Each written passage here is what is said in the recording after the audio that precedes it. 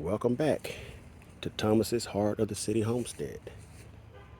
Just want to take a look at what we got going.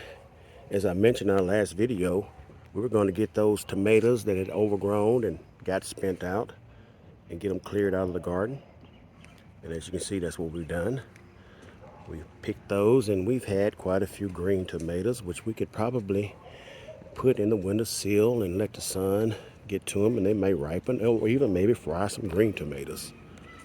As you can see, that's just part of the harvest at this late date in October. The green tomatoes, some of them are turning red. But you know, we're really trying to get these mustards and turnips in the ground. And so you see, we have tilled up the dirt in our effort to get those things ready to plant.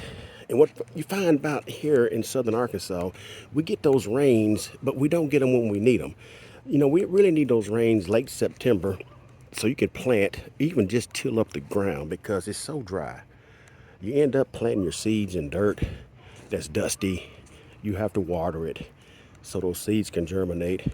But you still have to get it done. Here we are, October 10th, and we still hadn't planted turnips and mustards. But by and large, when we get through with this, we can water it if we need to, because it's such a small space. But we'll have enough time, because those mustards and turnips, you know, they grow all through the winter, barring a good hard freeze.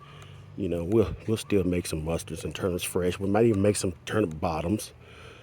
And as you can see too, our collard greens, they're doing quite well also, you know, because, you know, as I told you, we kept them through the summer.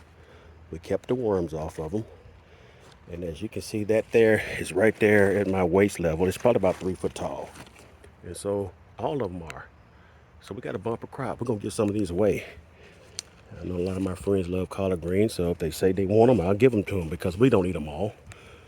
But it gives us something to look forward to, because as the cooler weather comes, these greens really blossom out. You're going to really see them bloom out like you never thought they would, because they love cooler weather.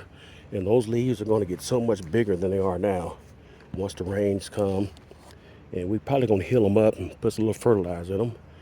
And so therefore, you know, we've done our job this summer. We kept them alive. And we talked about rutabagas.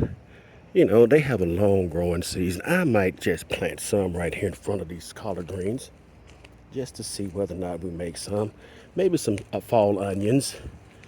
Those bunching onions we put out last year, you know, they produce all year long. We may plant some right here in front of these collard greens where they have a nice home for the winter. And you'll have, you know, green onions all winter long, because they produce all winter long. So the next time we come, we'll show you what we're doing, because it's not really that hard. Just got to get out here and do the work.